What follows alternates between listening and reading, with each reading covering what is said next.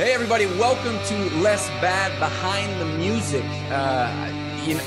Oh, that sucked. I don't even remember what I was doing, Adam. Red leather, yellow leather. It's early. Hey everyone, welcome to Less Bad Behind the Music. I'm your host, Blake Snow. Joining me is Adam Mealy. Adam, say hello to the fans. Nice to be here. Thanks for having me. Thanks, Adam, for joining me. Today, I'm going to be Adam and I, who produced, co-produced, mixed, mastered my second album, which dropped earlier this year in January, called Less Bad, which is what we're here to talk about. We are going to briefly explain a track-by-track breakdown about some of the songwriting and production quirks and features behind all 14 tracks of Less Bad. And Adam, I don't know if I told you, but the latest single, which we'll get to in a bit, has been getting about close to 8,000 streams a week in the last months, which has been super exciting. So wow. It's good to see this get some indie steam, we'll call it. I'm excited about it. Yeah, it's nice when hard work pays off. It is. Thanks, Adam. All right, well, good. So just for some background credits, the album was written, recorded, and produced by myself, but it was mixed and mastered by Adam and co-produced and co-performed by Adam on several tracks, and I'll note those as we go through. There also is another songwriter, and we'll get to that point. It's later. It's a deeper cut, so we'll break that down when we get to that point. So, Adam, first track, Back in the Race. This was the first song I wrote after releasing my first album, Mr. Mustache, in 2020. It's a really celebratory song. I thought it was actually the strongest single going into the studio when we went to record this. And I still love this song, but I struggled with like putting this at the front of the album or back, but I think we ended up in the right spot. Wanted to get your take on it as well.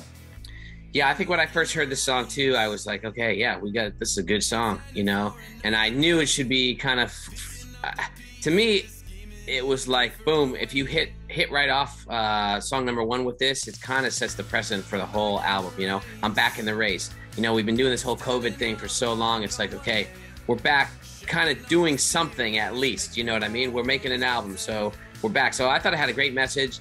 The song is super catchy. It has some really funky breakdowns in it, which, are different from the rest of the songs.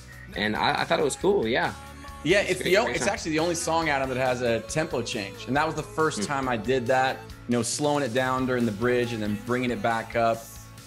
So yeah, that was kind of exciting from a songwriting perspective to do something like that. Production-wise, a few things I love. I love your power down right at the end. We had talked about this. Adam and I were discussing like, hey, I think a power down really work here. Where does it make sense? And I loved where we ended up, like right after the A section of the first chorus. I love power downs, so anywhere we can put them, I think it's great. Yeah. Another thing too, and this was a cool little, a little engineering or production trick that you really showed me was capable of, Adam, is if you remember in between the A and B section of the chorus and on the second chorus, I didn't like my drum fill, and I was struggling with it, and I was like, Adam, can you do something? I was just spent. I was uninspired. I couldn't think of it. And you came up with those great little 3 snare hits with the hand claps, which I just loved how it sounded. I think you cut the master track behind the rest of the music or something. At least that's what it sounds like. It sounds super cool. I love that production trick as well. Yeah, I mean, we try to do a couple things on every song to make it a little bit unique, and that just seemed to fit there. Yeah. Yeah. Now, Adam, I know we used auto-tune on a lot of the tracks, not all the tracks you told me.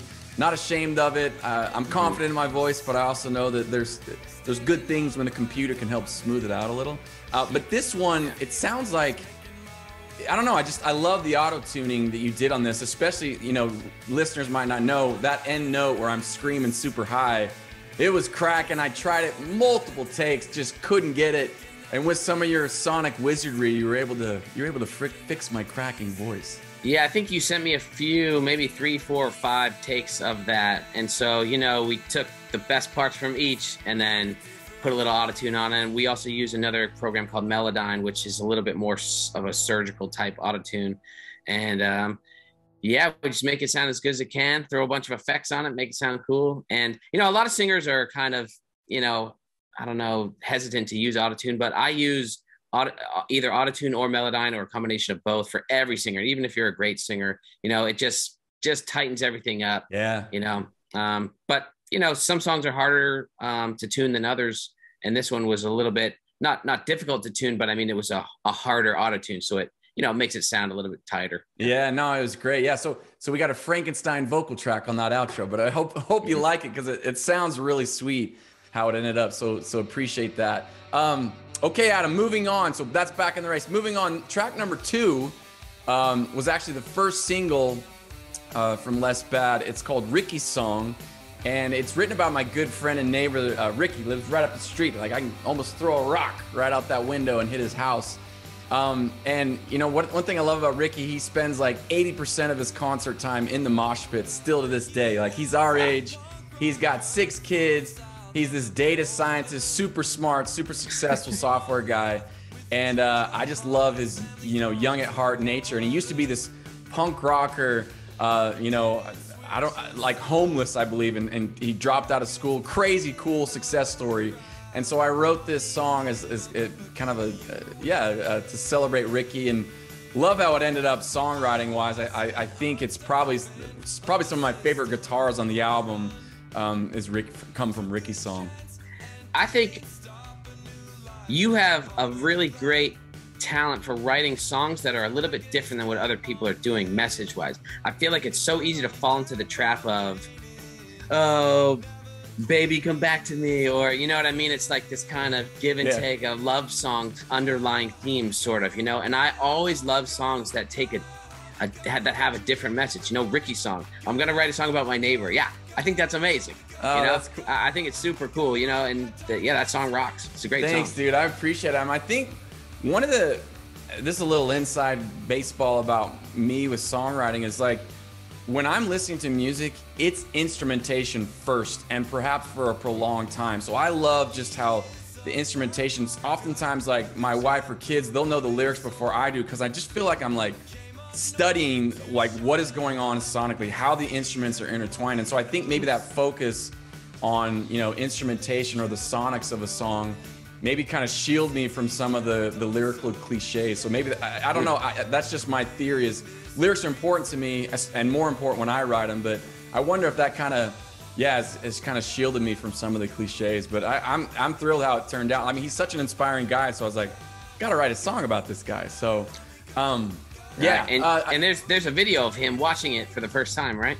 There is, that was your idea. So fun story. Like this was, I think, one of the first at least the first batch of songs that we cut, Adam. And I remember a couple things about this track. Like, this was the first time I worked with, a mixer and a master and a co-producer on an album.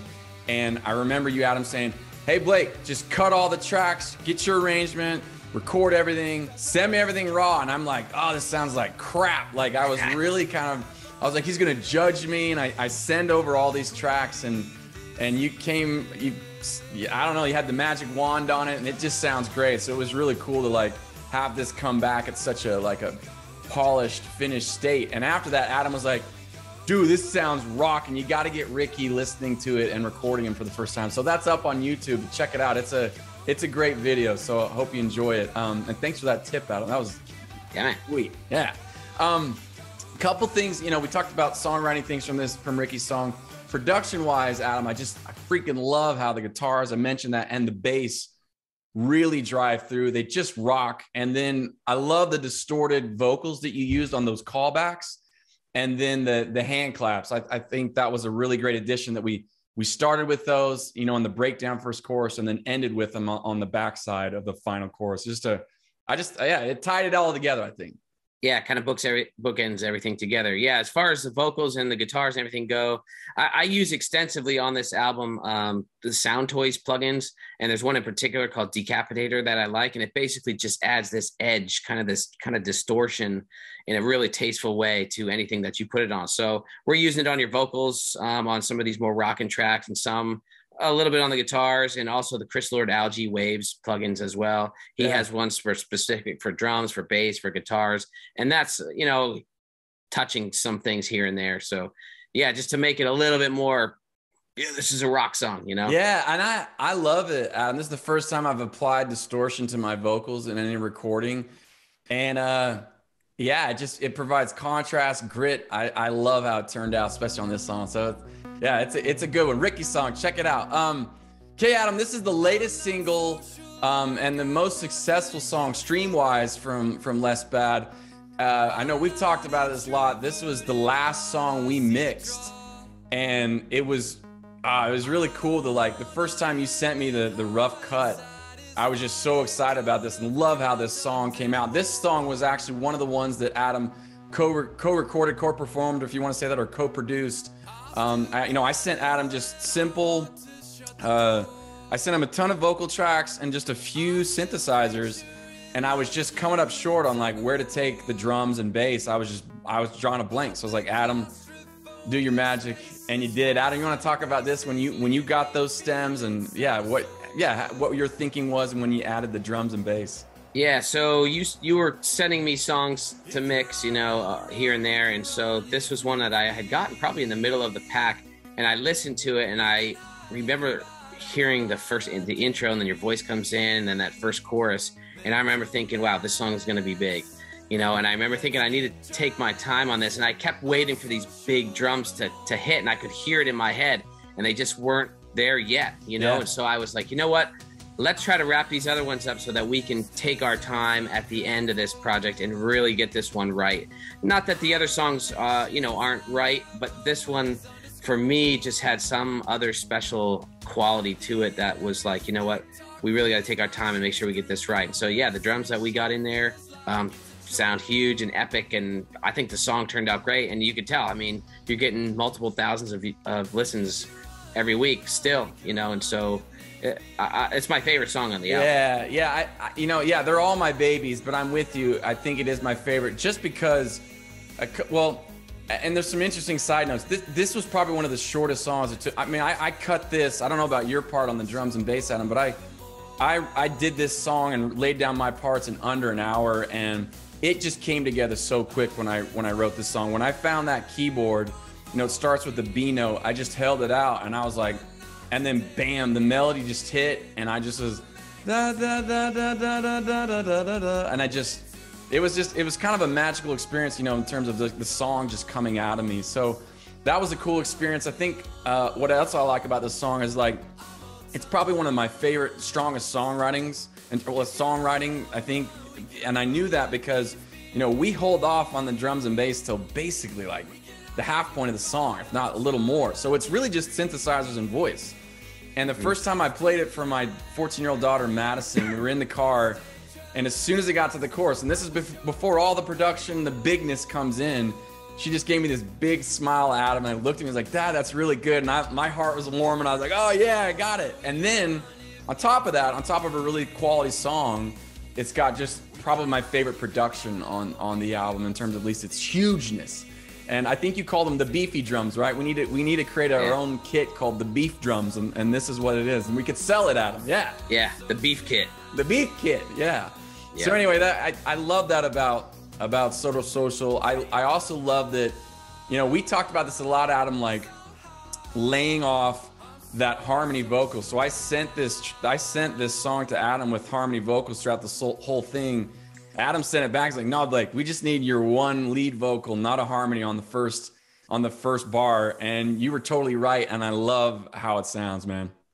Yeah, there are some songs you want to have a gradual build, and this is one where you really wanted to, you know, every 20 seconds or something get a nice payoff, you know, and then 20 seconds later there's another payoff, and then another 20 seconds there's another payoff, and then the hugeness comes in, and it's just like, wow. Yeah. No, it was great. I one more thing I wanted to say production wise, like, and this is for the listeners as well, that when Adam and I were, you know, Adam came up with the tribal drums and this slower drum take, kind of like In the Air Tonight, Phil Collins vibe, which we were both going after. But I love that. And we had that snare, Adam, and it's every other measure or whatever. I don't know I'm illiterate with music, but it's really slow, but it keeps this song going, but we added this rifle effect to it that I just love. Can you talk about that plugin or what you used on that? I think you said, can we make this sound like a gunshot or a rifle or something? Yeah.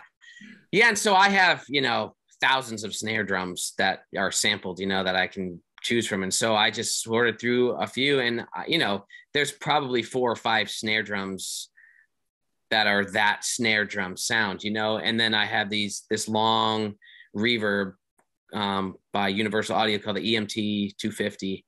I think that's what it's called. And yeah, it just huge fires it off, and it just kind of goes into nowhere. Yeah, man, it's great. Anyway, Sort of Social, that's the latest single.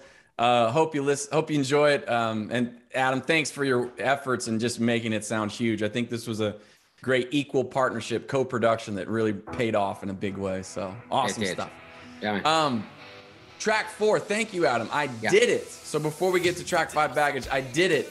This song, Adam, was actually the last one I recorded in my and you know, for my part before sending it off to you. And again, this is another kind of celebratory song where I remember I'm hitting those falsettos. I did it.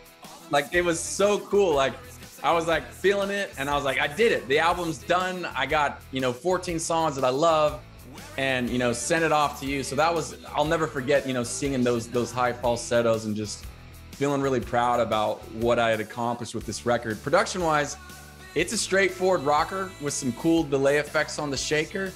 And, you know, your vocal effects make, I think, this chorus soar. So I love this song. Yeah, same thing with this song. A lot of Decapitator, a lot of, you know, there's the Chris Lord-Alge stuff on the bass and maybe on touching the guitar. I think I have the Chris Lord-Alge rock vocals on your vocals as well in there, just to kind of really make it punch through and make it sound rockin'.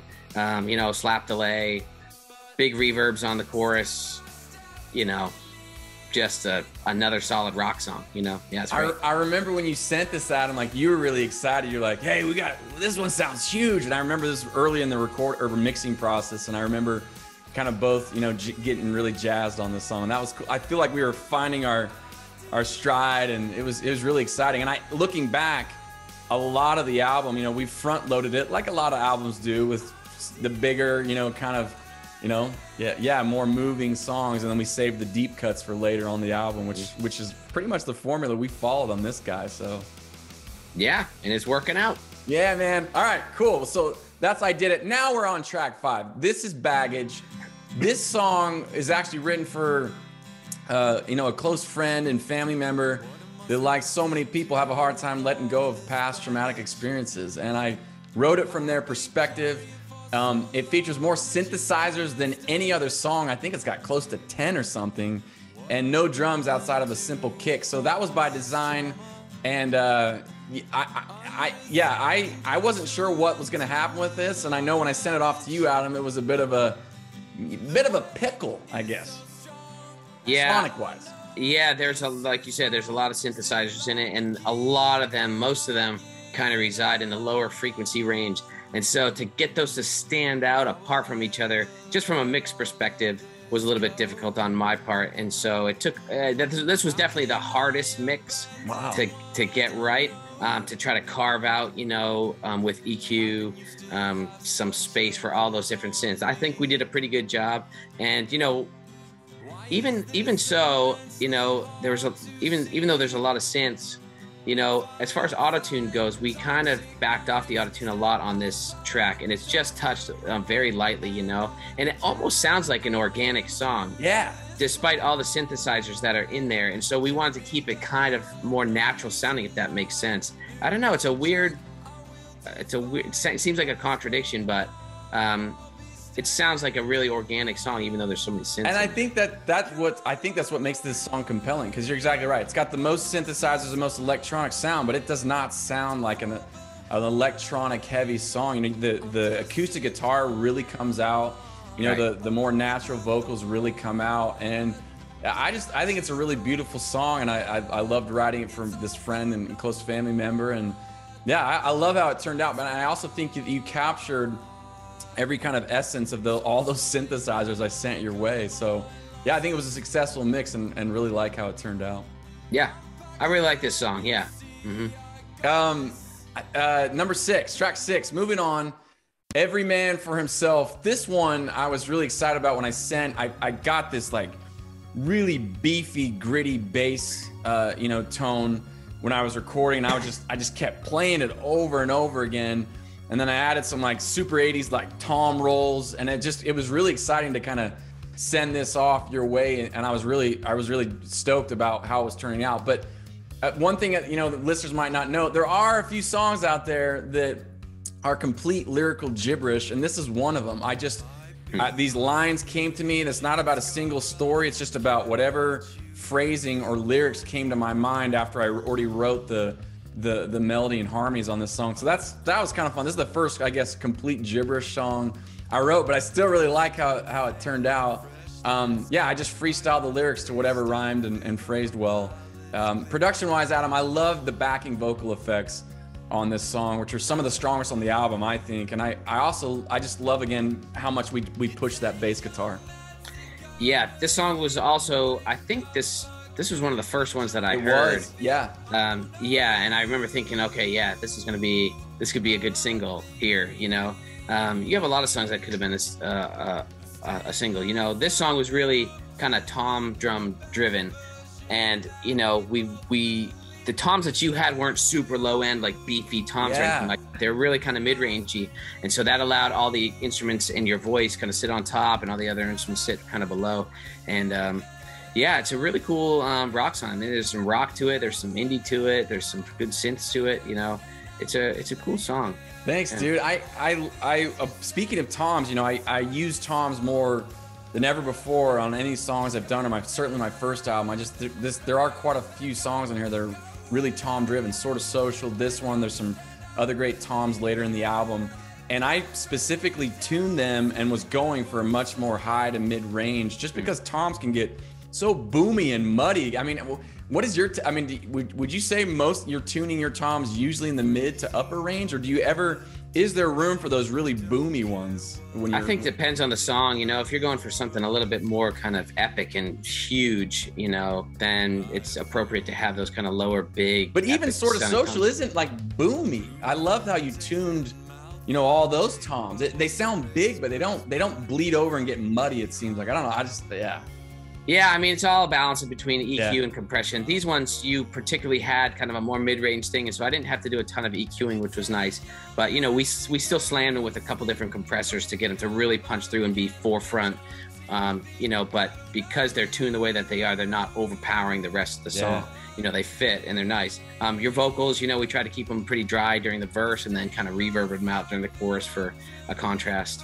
And the song turned out great. Yeah, man, it's a groove. I love how it turned out. Track 7, Runaway. I wrote this from the perspective of a teenager, contemplating running away from home, which my sister actually did when I was a boy. That was a pretty traumatic experience for my family, pretty scary night.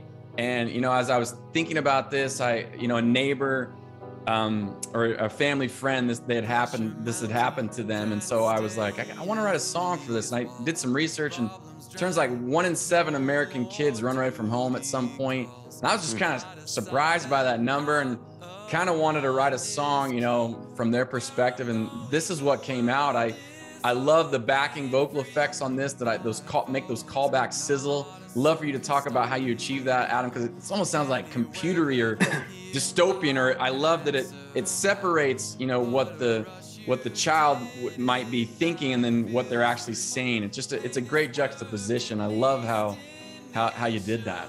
Yeah, when I heard this song, I kind of thought, it'd be cool if this was almost like the song was kind of a dream. And so we wanted it to sound really kind of reverbed out, but also have these kind of weird vocal effects without being super weird, And so, there's these callback parts where we want to do something different. I think we went through a few different iterations of what that could sound like, and we weren't quite getting it. And then I had this idea, let's try this kind of vocoder. And so I have this program called Vocal Synth by iZotope. And basically you can copy your vocal and you can run it through your keyboard, and you basically play whatever notes on the keyboard. It manipulates your voice to adhere to whatever notes those are. And so it has this really weird computery effect on it. We threw some reverbs on it, And when you listen to it, yeah, you can't quite tell what it's doing, but it's great. But it turned out cool. Yeah, this was one of the first kind of slower songs on the album, you know. So yeah, like we wanted to have it be a little bit different, kind of dreamlike. I think we got it. It's the first album. Yeah, it's the first one that really slows. The first song to slow it down on the album. And a lot of pop songs are using those little keyboard vocals, right? It sounds like when I'm listening to it, like I really like the state of vocal effects in pop music or music in general. I think we're doing really creative stuff that just sounds interesting, you know, as you're listening to a song. And so I think you certainly accomplished that with this song. And I think it's a great fit. It's one I probably wouldn't have done because it's such a slow song, but it just, yeah, it's got a great vibe to it. I love, you know, the clean mix of it, and it's just an overall great mix. Well, yeah, this is another song also that where, you know, it has this slow, very slow arc to it. You know, the drums don't kick in, I don't think, until 2 minutes and 30 seconds. Yeah, you know? It's late in there. Yeah. Yeah, which I think is cool. You know, it's kind of like a Coldplay type of thing. They might be able to get away with something like that. You know, not everyone dares to kind of wait that long before you kind of really kick the track in. And it's funny you say that, because when I heard the lead guitar at the end, you're talking of Coldplay. It came to me. I picked up my guitar, played it, loved how it sounded, super wet, huge, you know. And I was like, wait a second, am I ripping Coldplay off? You know, because it had a Coldplay vibe. And I went back, I was like, no, they never used this guitar solo, so I'm claiming it and I'm using it. So I like how it turned out. Yeah. Well, hopefully they don't claim it at some point. Yeah. Cool. Yeah. So Runaway, that was track 7. Now we go into track 8. A lot of these songs are personal, Adam, but Carry On, track 8 is, you know, probably the more, you know, the tearjerker for me. This song is about, I wrote it, you know, as my dad was on his deathbed. And this song was actually another one, the second song on the album that Adam co-produced and co-performed. He did the drums on this one as well. And, you know, it was tough to, I remember hyping myself up about this song because I knew I had a strong song. I played it for my family. They really liked it. I just on acoustic, but I laid down the instrumentation, Adam, and I was super nervous to like lay down these vocals. I just hyped it up, and you know, and so I put it off. I was actually done with the instrumentation, the recording of all this, minus the drums that you added later, and I just sat on it. Well, then, you know, last August, the morning my dad died, got a bunch of calls, got super emotional, was crying all morning for a couple hours talking to family members. And then I just remember the sun was out, it was beautiful, it was streaming through these windows right here. And I was like, today seems right, I'm gonna go cut this. And I went in, I did the vocals. It didn't take a bunch of takes, I just let it go. And yeah, I'll remember that moment too in the recording process. I love how that song turned out. I love your Ringo Starr drums on it, which again, this is one of those songs I was totally uninspired as to where to take it drum wise. And love what you did with this song and the drums. Yeah, this song was obviously emotional for, you know, some reasons, personal to you and also personal to me in a way, because we are brothers-in-law, you know. Yeah. And it was a tough time, and you know, you the way that you sang this song, the emotion comes through in your voice, and you can tell there's something special about this song, you know. And so we wanted to try to keep it, you know, not a ton of auto-tune again, try to keep it a little bit raw, you know. And as far as the drum production goes, we wanted something there that just kind of filled it in and kept the rhythm going a little bit, to kind of fill in the rest of the song, but without, you know, doing anything fancy. There's no fancy drum fills, there's nothing crazy as far as production goes, because we want it to be, you know, kind of a tribute to your dad. And I think that it was very tastefully done, and I think you did a great job on the song, and I think he'd be proud, you know. Thanks, I appreciate that, Alan. Yeah, you know, we talked about it before recording this, like that whole concept of salting away, and I like that you caught that. That was when I created that lyric, I was like, yeah, it's perfect. It's a perfect analogy, you know, for mortality and, you know, fading away and dying, actually. And so I'm glad you caught that as well. Yeah, there's so many songs that talk about death, and they kind of, you know, it's like how many times can you reinvent that term and how to say that, you know. And I'd never heard that, salting away, you know, and I think it's a really kind of tasteful way of saying that without kind of being brash or kind of putting it in your face, you know, and it kind of makes you think like, what is he talking about? Oh, he's talking about someone dying. It seemed like a good fit. So I was proud of that lyric, and I'm glad you liked it as well. One other thing about Carry On, it's one of the most, I guess, organic. We didn't use a lot of grid snapping and all that stuff. It's a very, everything recorded mostly analog. And so one thing I remember, Adam, is as we were working on this, the timing was a little shaky, and I kind of wanted it, but maybe not that much. And this is a great, I think, example of, you just turned up that squeeze knob on the compressor, and I was shocked, as a listener, how well that glued it together. I mean, because I know the compressor is a little higher on this than the compression is than on other songs, but I don't think it robbed the song of its humanity, and it in fact glued together a little some of that messiness, it was the first time I've worked on a track that a freaking compressor can sort of fix some loose timing. And I love that about this song. Yeah. On the master, when we were mastering this, I tried at first to kind of keep it pretty loose so that there were a lot of dynamics and things, and there were just too many things, I guess, sticking up and kind of going all over the place. And so once we try to kind of turn that up and tightened everything up together, then it really sounded more like a record. So yeah, you were right on that. That's good. No, good stuff. Which brings us to track. And so, we're still in slow down mode. We finish Carry On, track 8. Come to another track that's super excited about. It's driving, but it kind of feels like a slow, I don't know. I can't decide if Killing My Drive, track 9, is a slow song or how would you describe it? Mid-tempo. Yeah, okay. Mid-tempo. I like it. Yeah, so it feels mid-tempo. We pick it up a little. This was actually another one of the first songs wrote for the album. I was stoked to write that trumpet part. Like when I wrote this song, I heard that trumpet part and I was like, gotta have a trumpet. Went online, I found a session musician to record this for me. He sent it back. Just kind of a super exciting moment for me. First time I've ever written a trumpet part and had, a session musician work with me on a song. And so, I like how the song builds tension like all the way up to like the 3-minute 15-second mark, and that's when it just releases. There's that 3-second pause, and then bam, we finish it. I love this slow kind of building tension song, mid-tempo song, and how it ended up. Wait, your thoughts, Adam, on both the songwriting and the production of this one? Yeah, the build was cool for the song. This song was, kind of, a slower mid-tempo kind of driving rock song in a way, and I feel like the way you have that bass come in at the very beginning, with that I think it's a tambourine in there. Yeah, it's kind of like, okay, you're setting us up for what is this song going to be about? And then it kind of kicks in and you're like, oh yeah, that's cool, it's got a good vibe to it. As far as vocals, I think this was one where you really only had your lead vocal and then 2 background kind of vocals, Super so I wanted to thicken that up a little bit, and so we use a plugin called Wider. It's a free plugin if everyone wants to go grab it. It's called Wider. I think it's made, I can't remember who makes it, but if you Google free plugin Wider, then it'll come up, and it basically has one button, and it spreads out whatever you have it on, so it can make a mono track sound like it's wider. And so we did that to your background vocals. And we use another Soundtoys plugin called Micro Shift, which kind of adds this kind of chorusy effect to it to kind of make it appear like there's more vocals there. Yeah. And I think the effect turned out great. Yeah. Yeah, I love it. Another thing about this too that you did, I know you did a lot, or at least some work.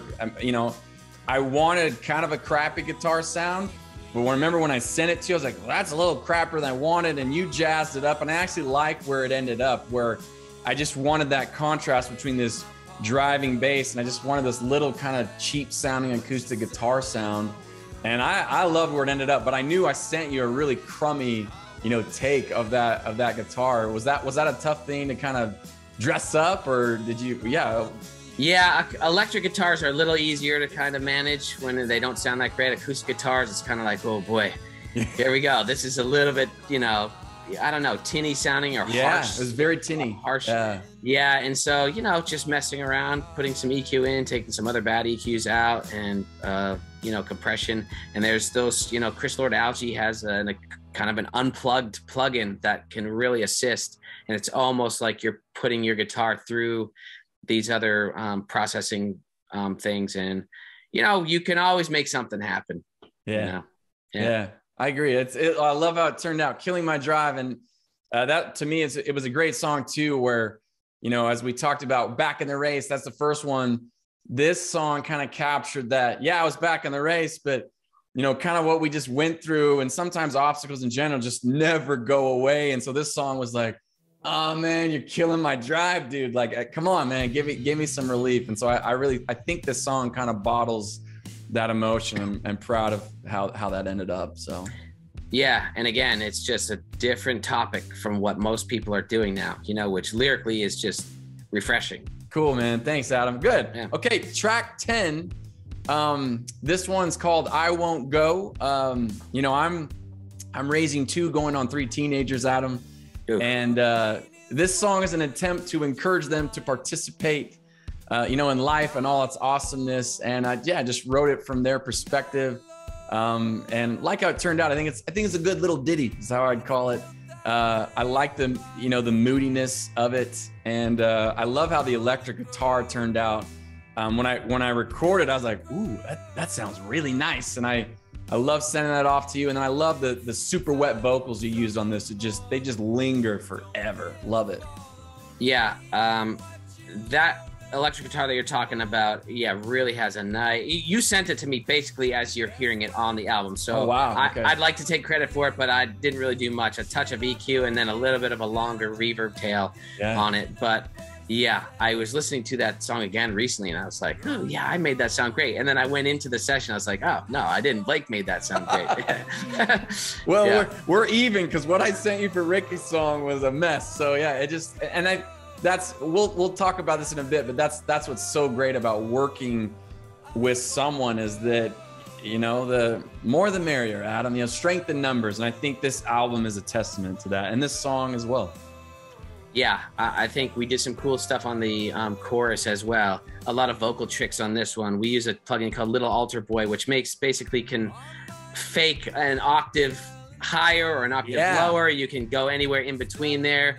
And I kind of wanted it to sound almost not chaotic, but just something different going on, almost like what is happening here. Yeah, to capture that teenage feeling. I love that it did that. And it's not like a Smells Like Teen Spirit rocker, but it's got some of that angst and the uneasiness about the vocals, which I love that you added on those backing vocals. Yeah, it's definitely has almost an eerie feeling to it. Like, whoa, yeah, someone's going through something with this song. Yeah. It's a little stubbornness. I would call those stubborn backing vocals, and so that was a cool trick, I think, to capture with that one. This is, we're right in the middle of the deep cuts, and I really like these. I like how we set this album up where kind of the fun, the really single heavy songs in the first half, and then we get in some really, I think, interesting deep cuts. And we're moving on to track 11. This one's called Hold On. We pick it back up here. This is a rocker. This one was actually co-written by my good friend Derek Pullum, and he actually provided lead guitar on this as well. I did the rhythm guitars and the rest of the instrumentation, but he helped with lead guitar. The backstory of this song, it's this was last spring probably, so about a year ago. And Derek was going through something. He had a child that, I think his son was like 8 or 9 at the time, and was just going through a really prolonged illness where he was on some medication that kept him up at night. So it was having a positive effect on his illness, but it was just really messing with his sleep, and subsequently Derek, my friend's sleep. Like he was fried out. I'm like, this is after, like, he'd been going through this for I think close to a couple months. And I show up, we go up in his studio. He's got this great studio. And I was like, you want to write a song, man? And he's like, yeah, man. I was like, what's going on in your life? And he told me this story. I was like, well, let's write a song about this. And it's called Hold On. And it's trying to, encourage people, listeners, to hold on when you're going through something tough. And love how it turned out. One funny thing about this, where the chorus is like all flats and sharps, except like it's only one natural note. And as we're writing this song, dude, we sounded like just cats singing. It was horrible. But I knew I knew, I was like, wait, if we can get the tone, I think this is going to sound really cool. And I think it does. I really like the uneasiness of all those sharps and flats with a motivational, optimistic message. Hold on, but you know, we're playing a bunch of sharps and flats here. Like, I just like how it turned out. Well, yeah, there's an angst to this song as well. You know, even though you're talking about a very positive message, you know, that those verses are a little bit kind of slow, and then there's a tiny bit of a pause. Then all of a sudden, this big chorus comes in and hits you, you know, with these really held out, hold on, you know, notes. And it's, it's very almost, I don't know how to describe it. Yeah, there's a little bit of an angst to it too. Like, what am I holding on for? What am I holding on for? What's going on? Yeah, no, I love that we capture that in this song. A couple things that I also loved about it too, like Derek did this really cool harmonic note, you know, on his sweet Paul Reed Smith guitar when we were recording this. And he, after recording, I was like, ooh, that sounds really good. He's like, hey, maybe try to use that, you know, in the interlude. And I was like, cool. And when I was playing with it, I was like, we're going to start this song with this, because it was such a good kind of bing, just kind of like to set the stage. And I love that. Another cool thing that he did, like for listeners out there, most electric guitars, Gibson Fenders, they only have 22 frets. But to get to Derek's solo at the end of the song, you know, he played a Paul Reed Smith, which has 24 frets, and he was on the high E, the thinnest string on the very highest note on the 24th fret to hit that last solo note that he's just sustaining out right at the end of the song as we're screaming, hold on. So I really liked how that came together. Yeah, it turned out cool. That's a cool trick you did, putting that note at the very beginning of the song as well, because we've talked about this before, but sometimes you get a song that's 90% of the way there and you're like, okay, well, I don't really have an intro to this song. I don't have an outro. I can't just like go right into it. Yeah. You know, I need some sort of, you know, premise of or lead up before the first verse happens. And so, yeah, I think that fit really nicely. Yeah. And you know, we did that a lot on this album where I really like the introduction. There's a beginning and end to these songs rather than just get right into the meat of the chord progression, which I think is important. And I'm proud of how that ended up on this song. And there's some other songs we'll talk about moving forward that I think do this. And I think that's kind of a songwriting kind of, I guess, lesson I learned during this album. Like, it's you know, yeah, you need to have a great song, you need great production. You also need a really cool beginning and end. You need to tie it together, to to ease the listener into it, or perhaps just, you know, pound it into them right away. But it needs something, you know, unique. And I'm proud of how that song ended up, and a lot of other songs on the album. That was a big lesson for me songwriting wise. Yeah, the last 10% of finishing a song sometimes is the most difficult and can take the most time. Yeah. You know, sometimes the meat and potatoes are easy, but yeah, you know, once you're trying to sprinkle in these little things to kind of make it that extra special, it takes a little bit more time. Yeah, cool. Love how it's ended up, Adam. Okay, track 12. This is the Where Is Home. This interesting thing about this song. This one was also co-produced by Adam. He did the drums, love the drums. He did some additional keyboards and piano. And this was the only song that Adam and I recorded in the same studio. That studio right there that you're looking at, and Adam is right there, Bear Studios. And yeah, I love this. This came together pretty quickly, I think, Adam. I mean, I had the demo and the arrangement all done, just the acoustic guitar. But I show up and I remember, you know, we were visiting actually for my father's funeral, was it not? I believe. Yeah. So yeah, Carry On had already been cut and recorded, and we were in the middle of, you know, doing mixing and producing and writing Less Bad. And I remember getting there, Adam, and you're like, you want to cut a song? And I was like, yeah, let's cut a record. So came together really quickly. A couple things that stand out. I had that piano motif that comes after the chorus, but one thing I loved, we just talked about intros. You came up with that really regal piano intro before we get to the, you know, song and piano interlude. I loved it. I think it sounds great. You did some additional keyboard and, you know, awesome cello strings at the end of the song to really kind of fill it out. I love how this song came out. It's the shortest song on the record, but arguably one of the sweetest, I think. Yeah, I think you had a really nice foundation for where the song needs to be, and like a nice sonic palette already. So just being able to match what you had already had there with a few different instruments sounded cool. And, you know, the big fat drums that we put in there sounded, you know, they're the beef the Beef kit again. Folk Beef. Yeah, the folk version of Beef. Without sounding too overpowering. Yeah, because they're pretty sporadic. But yeah, we added those that solo cello in there, which sounded really nice, and we added like a full, more orchestral sound kind of towards the end. And yeah, it's a sweet song. Yeah, like thanks, man. Another just with the acoustic guitar, I loved how it sounded. We used your Martin. Was it a D20? What was it?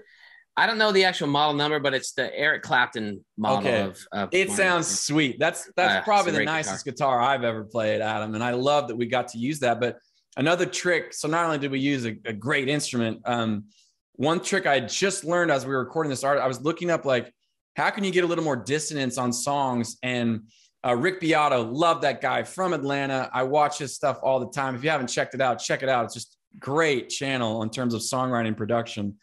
But he recommended muting random strings on a chord. So that G chord, I'm muting the second string. And so it just adds this little level of dissonance that, you know, I've since learned to try to incorporate in other songs. Like if something's sounding too good, try muting a string and see what it sounds like. And I think I love how this ended up in terms of that song. Like the acoustic guitar sounds fantastic on this song.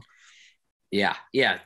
Production wise, there's a lot of cleanness on this song. Yeah, it turned out really clean and nice. But yeah, it's a simple song, but it's really effective and the message is really nice. Thanks, I think dude. you've had a few people. Yeah, it was fun to.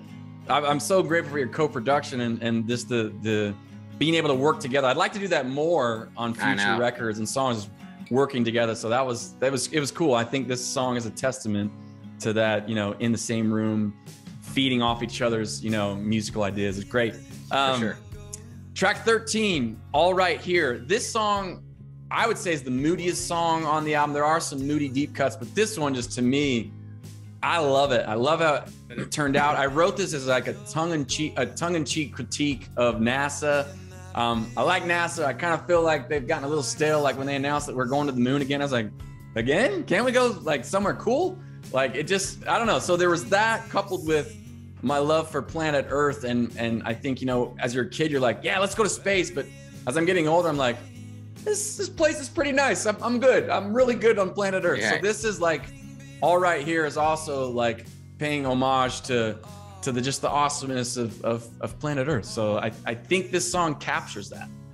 Yeah, this song has almost kind of a retro vibe to it too. I think this song you're also singing the lightest out of all the songs. Yep. And so, yeah, it kind of has this spacey quality to it just naturally. And so mix-wise, we just wanted to really lean into that. And so there's some slap delay on it. There's some really long reverb tails on your voice and on some other instruments.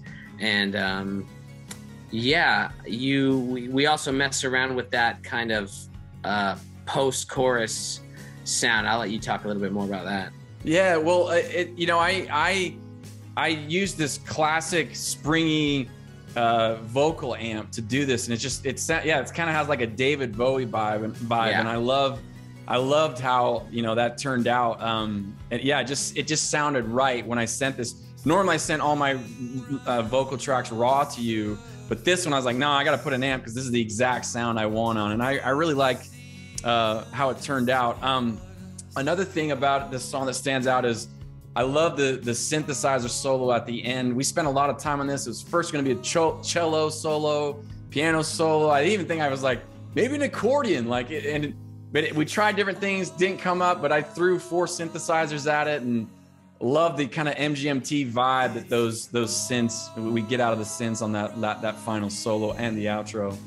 Yeah, they blended really well together. And, this song, yeah, like I said, kind of has a retro, almost an 80s vibe to it. And so to kind of tone those synths down just from a production standpoint, we ran them through this kind of virtual tape machine to kind of warm it up a little bit, and while still maintaining its bigness, Yeah. And I think you made the right call on this. Yeah, we did go through a bunch of different instruments to try to get to that point. Yeah, and I think that was another lesson learned about the album. Like, sometimes what you think is going to work instrumentation wise just doesn't, and you gotta experiment and play around, and sometimes it works, sometimes it doesn't, and yeah, I'm glad it worked out in this case. It was good. It did. Yeah, this is one of my favorite songs. Thanks, Adam. I didn't know really that. Is. Yeah, I love how it turned out, and it's just great. Okay, so we get to the last song, Adam, Call It Quits, track 14. Another instance where I feel like we have a great beginning where I come in with that trombone. This is one where I originally had it. Well, there's some back history here. I wrote this song years ago. This was one of the first songs I wrote since giving up music after high school and college. Life took over, kids took over. You know, I had this argument with my wife, and I remember having this dumb thought like, maybe we should just call it quits. And I caught myself right away. I was like, that's a stupid thing to say. You're in love with this woman. She's your soulmate. And I was like, maybe you could write a song about that. Like how the emotions get the best of it. You say dumb stuff and they're like, wait, that's not how I feel at all. And that's the context of the song. And I actually recorded this song for Mr. Mustache. Didn't like the take, but I was like, this is a strong song. So I knew it was like, for my second album, let's redo it. Did love how it turned out, and I think it's one of my favorite songs on the album. I love it. I think it's a great bookend to the album. Yeah, I think message-wise, it's great. You know, it's time to call it quits. You know, but I think production-wise, the drums that you had on this are some of my favorite drums. Thanks, man. On the album. They sound really, really nice. I didn't have to do a ton to these drums. And I like the juxtaposition of the message of at the beginning. It's kind of this a little bit of a sweeter kind of tone to it, but you're saying, we're out of here. We got to call this quits, you know? Yeah. And then you kind of realize towards the end, like, oh, shoot, no, I can't do this. And that's when you start having these heavy guitars in. You start screaming, and it's kind of going off the rails. It seems like it should be reversed, but it's not. Yeah, I love it. I love it. Yeah, I'm the same, Adam. And I think we did a really good job on this album. Like, don't do what you would expect, you know, instrumentation-wise or sonic-wise. Mix it up, make it sound, well, that sounds off. And that's called dissonance. And that's what makes, I think, great songs and great records. And I love that this kind of embodies that. I also love the vibra slap during the bridge. That was my first time using a vibra slap. And again, that late addition of the trombone, which starts the song, and then I sneak it in right at the end to kind of bookend it as well. And love that, how it turned out. Adam, you know, is there any lesson you learned from this album, or that you would take away, you know, in mixing, mastering, and co-producing Less Bad with Me? Yeah, I mean, it's always great to work with other people. I personally, I do a lot of work on my own, you know, and so I don't necessarily collaborate with a lot of people too often. And this experience has been great for me because, you know, it allows me to try some new things, try to sneak some things in there.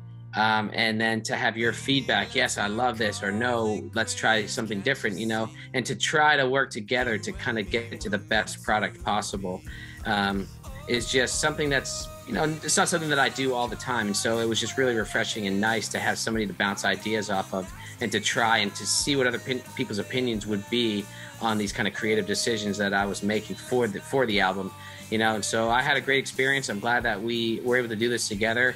And I can't wait for the next one. Awesome, Adam. And I think that's the lesson I learned too, that, you know, it's just, like I said earlier in the show or the podcast, like more the merrier, there's strength in numbers. And I certainly learned that. I normally work in isolation as a musician and a recording artist, just because a lot of people are busy, you know, and this is a moonlighting project for me. And so it was refreshing to get your ideas. And I feel like the end result is much stronger. I'm incredibly proud of Less Bad. It's now streaming on all major music stores. I hope you give it a listen if you haven't already. Write in, leave a comment, let us know what your favorite song is. If you want to learn more about my music, check out blakesnow.com/music. You can get links to all my albums, with the work that I've done this album. And I hope you check it out if you haven't already. Adam, tell the listeners how they can learn more about your work as a studio musician and production guy. Oh, right there. It's right there. So I'm Bear Studios. You can go to hearthebear.com or adammealymusic.com to learn more. Yeah, I do a lot of music for TV and film and just kind of albums and just all over the place. He is, but he's being modest. He's even had a commercial in the Super Bowl, which is one of the pinnacles of commercial music. So Adam's very talented, and I think you can hear this on that album. Thanks again for joining us, everyone. I'm Blake Snow for Adam Mealy. Take care. We'll see you next time. Thank you.